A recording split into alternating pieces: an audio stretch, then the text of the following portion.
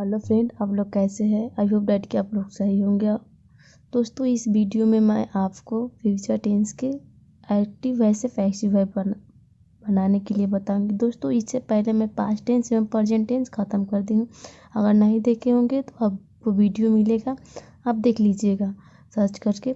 देखिए दोस्तों, मेरा है प्रेजेंट इंडेफिनिट टेंस। यानी आप लोग तो जानते होंगे टेंस अगर पढ़े होंगे तो टेंस 3 प्रकार के होता है, पास्ट, प्रेजेंट और फ्यूचर। और इन लोगों का जो होता है यानी शाखा समझ लीजिए या फिर ये समझ लीजिए कि कई प्रकार का होता है। तो फ्यूचर टेंस भी 4 प्रकार का होता है, पास्ट भी और कंटिन्यू प्रेजेंट भी। तो फ्यूचर में पहला होता है फ्यूचर इंडेफिनिट टेंस। यानी फ्यूचर इंडेफिनिट टेंस, देखिए दोस्तों, फ्यूचर इंडेफिनिट टेंस का स्ट्रक्चर होता है इस plus shall will plus verb plus object. यानी शैल किस में लगता है? आई या फिर वी के साथ लगता है। आई या फिर वी के साथ लगता है शैल। उसके बाद जो भी होता है उसके बाद वी लग जाता है। दोस्तों, ये फ्यूचर इंडेफिनिट टेंस का मतलब स्ट्रक्चर है, या फिर ये समझ लीजिए कि एक्टिव वॉइस का है। और इसका पैसिव वॉइस अगर मैं बनाती हूँ तो क्या होगा? पीवी देखिए, इस प्लस शैल विल, शैल या फिर will plus be plus verb 3 plus by plus object. दोस्तों, आपको यहाँ पर मैं उदाहरण ली हूँ कि Sita will go to Patna. यानी सीता पटना जाएगी या फिर हाँ जाएगी, वही होगा। तो देखिए दोस्तों, यहाँ पर मैं क्या लिखूँ? सब्जेक्ट। यानी सब्जेक्ट, मेरा सब्जेक्ट ऑब्जेक्ट को सब्जेक्ट बनाया जाता है। ये जान लीजिए कि जो यहाँ पर होता है, जो ऑब्जेक्ट रहता है उसको सब्जेक्ट बनाया जाता है। यानी जो पिछला होता है उसे आगे लिखा जाता है। तो मेरे पीछा क्या है? पटना। टू नहीं लिखूँगी, पटना लिखूँगी, पटना। उसके बाद क्या है? शैल या व्हील। तो पटना के साथ मेरा क्या लगेगा? व्हील लगेगा, क्योंकि ये आई और वी के साथ सिर्फ शैल लगता है, इसीलिए यहाँ पर वी लगेगा, वी। उसके बाद बी है तो वी लगा दूंगी। उसके बाद वर्ब 3, तो मेरा वर्ब क्या है? गो। यानी गो का तीसरा रूप हो जाएगा गोन। उसके बाद है बाई, उसके बाद बाई दिखेगा। उसके बाद ऑब्जेक्ट, यानी सब्जेक्ट को ऑब्जेक्ट रूप बनाया जाता है। यानी सीता को मैं यहाँ पर लिख दूँगी ऑब्जेक्ट में। फिर दोस्तों एक और भी लिखूँ जिससे क्या समझ, आई शैल रीड इंग्लिश। यानी मैं इंग्लिश पढ़ूँगा, मैं इंग्लिश पढ़ूँगा या फिर पढ़ूँगी। दोस्तों देखिए क्या है मेरा स्ट्रक्चर, इस प्लस, यानी पहले सब्जेक्ट ऑब्जेक्ट को सब्जेक्ट रूप बनाया जाता है।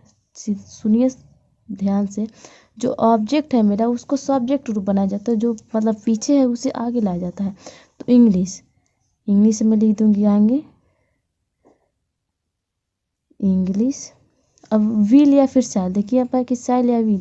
तो यहाँ पर तो मेरा इंग्लिश है तो इंग्लिश के साथ विल लगेगा। यहाँ पर आई था इसीलिए शैल लगा, लेकिन यहाँ पर मेरा इंग्लिश है इसीलिए इसको विल लगाऊंगी, विल। उसके बाद क्या है? बी, तो बी लगा दूंगी, बी। उसके बाद वर्ब 3, यानी वर्ब 3 रीड, रीड का तीसरा रूप डी होता है, तो मैं रीडे लिखूंगी, रीड। उसके बाद क्या है? बाई, तो बाई लिख दूंगी।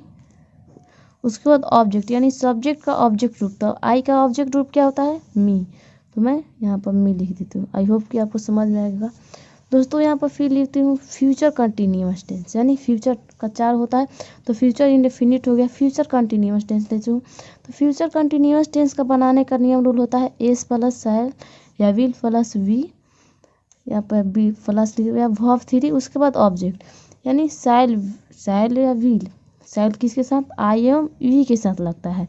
आप चाहिए तो नोट लिख दीजिएगा, यहाँ पर मैं नीचे लिख दूंगी आपको, यहाँ पर मैं लास्ट में लिख दूंगी कि शैल और शैल आई और वी के साथ लगता है, और बाकी जो भी करता होता है सीताराम व वहाँ जितना भी होता है वो विल के साथ लगता है। दोस्तों देखिए यहाँ पर मेरा फ्यूचर कंटिन्यूअस का स्ट्रक्चर है S plus shall V plus be plus verb plus object. अब चाहिएगा तो आपको टेंस भी कंप्लीट होते जा रहा है अगर आप सोचेंगे तो, क्योंकि मैं टेंस का भी स्ट्रक्चर लिख दे रही हूँ कि अगर टेंस का जो होगा आपको वाक्य तो ऐसे बना सकते हैं इस स्ट्रक्चर के अनुसार से। अगर फ्यूचर कंटिन्यूअस में होगा तो आप बना लेंगे। इसका पी भी देखिए, यानी पैसिव वॉइस कैसे बनाया जाता है। तो S plus shall will plus being plus verb 3 plus V plus object. दोस्तों देखिए यहाँ पर मैं अब ली हूँ Ram shall be eating a mango. यानी राम आम खाएगा, तो ऑब्जेक्ट लिखेंगे यहाँ पर ए मैंगो। यानी सब्जेक्ट है तो ऑब्जेक्ट को सब्जेक्ट बनाया जाता है, तो ए मैंगो ए मैंगो। यहाँ पर राम है तो सैल, राम के साथ यहाँ पर सैल नहीं लगेगा, विल लगेगा, सॉरी यहाँ पर विल लगेगा क्योंकि आई और वी के साथ सिर्फ सैल लगता है, उसके बाद नहीं लगता है। तो ए मैंगो तो आई और वी है नहीं, तो इसमें भी विल ही लगेगा, विल। यहाँ पर विल हो जाएगा, उसके बाद बी है तो वी हो जाएगा। उसके बाद क्या है विंग, यानी देखिए सैल विल या वी, ये तो विल वी, उसके बाद विंग, विंग है तो विंग लिख दूंगी, विंग। उसके बाद वर्ब 3 है तो मेरा वर्ब क्या है ईटिंग, ईटिंग यानी तीसरा रूप ईटिंग का ईटेन हो जाता है, ईटेन। बाई है तो बाई लग जाएगा, बाई। उसके बाद राम है तो राम लिख दीजिएगा, राम। दूसरा है दोस्तों Nisha will be reading the Ramayana, यानी निशा रामायण पढ़ते रहेगी। तो देखिए यहाँ पर क्या है सब्जेक्ट, यानी ऑब्जेक्ट है, ऑब्जेक्ट को सब्जेक्ट बना जाता है। पहले जो द रामायण है तो मैं यहाँ पर द रामायण लिख दूंगी, द रामायण, रामायण यानी द रामायण। द रामायण में तो विल लगेगा तो मैं यहाँ पर विल बी जो है ये लिख दूंगी, विल बी। उसके बाद क्या है विंग, तो विंग लिख दूंगी, विंग। उसके बाद क्या है वर्ब 3, वर्ब 3 मेरा रीडिंग, रीडिंग है यहाँ पर वर्ब, तो रीडिंग का यानी रीड का तीसरा रूप क्या होता है, रीड ही होता है, तो रीड। उसके बाद क्या है बाई, तो बाई लिख दूंगी, बाई। उसके बाद क्या है ऑब्जेक्ट, यानी सब्जेक्ट को ऑब्जेक्ट लिखा जाता है, तो मैं यहाँ पर निशा लिख दूंगी, निशा। आई होप कि आपको समझ में आ गया होगा, निशा।